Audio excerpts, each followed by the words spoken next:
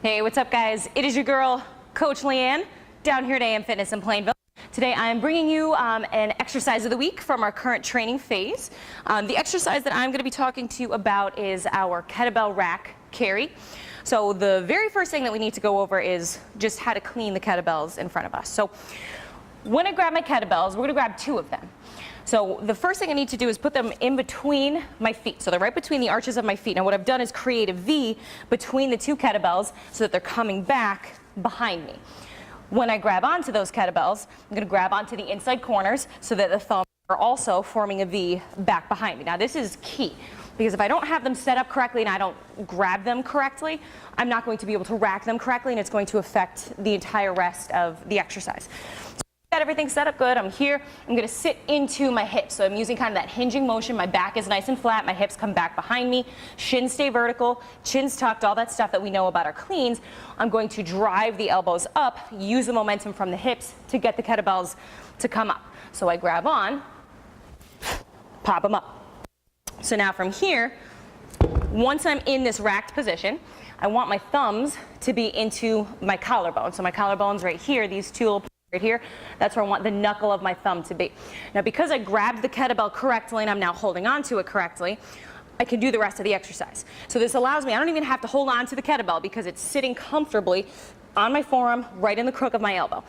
If I grab too far out, it's going to start to roll off of my forearm, and I'm going to have to spend all this time gripping it to try to hold it in the right spot. If I grabbed it in the right place to begin with, then it's just going to sit comfortably and it's fine, and I don't have to worry about it. So from this position, elbows are going to be slightly in front of my rib cage.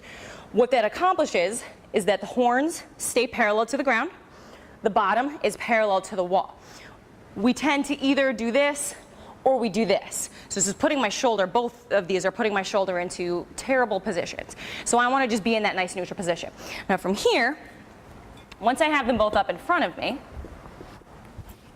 I'm going to start to walk. So I'm here. We need to make sure that we're in a slight hollow position. So when the kettlebells are up in front of me, I want to make sure I'm not leaning backwards, because this is going to put all the weight on my back. The kettlebells are trying to pull me backwards so that I'm sitting in this position. I need to lock out my abs against it. So the rack position is a huge amount of core challenge.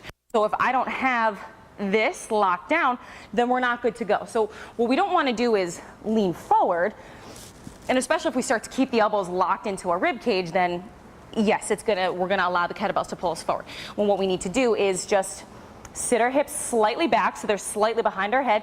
We kind of open up the shoulder blades and we're locked in this position here. So if I'm on the ground and I'm thinking hollow hold, same idea. That is what I am trying to accomplish with the kettlebells. Once I've got all that down, I've got them in front of me, I need to start to walk.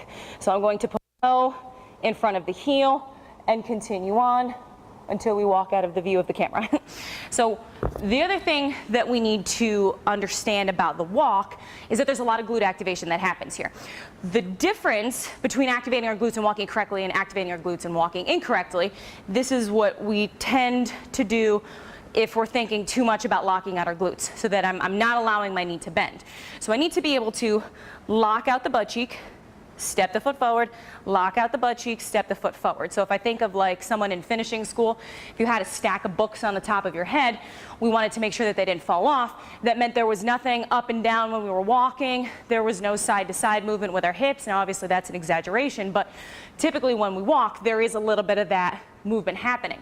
So we're going to walk nice and slow, and we're going to walk real controlled to make sure that that doesn't happen. And part of that comes from the activation in our core, and part of that comes from the activation that's in our glutes. So we need to have all of those pieces down in order to do this exercise correctly. So if we're moving too quickly, we're holding them in the wrong spot, we're not activating our abs, we're leaning backwards, whatever it is, then we need to tweak those things to make sure that we're 100%. So if we have any questions how to do this exercise, ask. Any one of your coaches will help you out, and we will see you at your next session.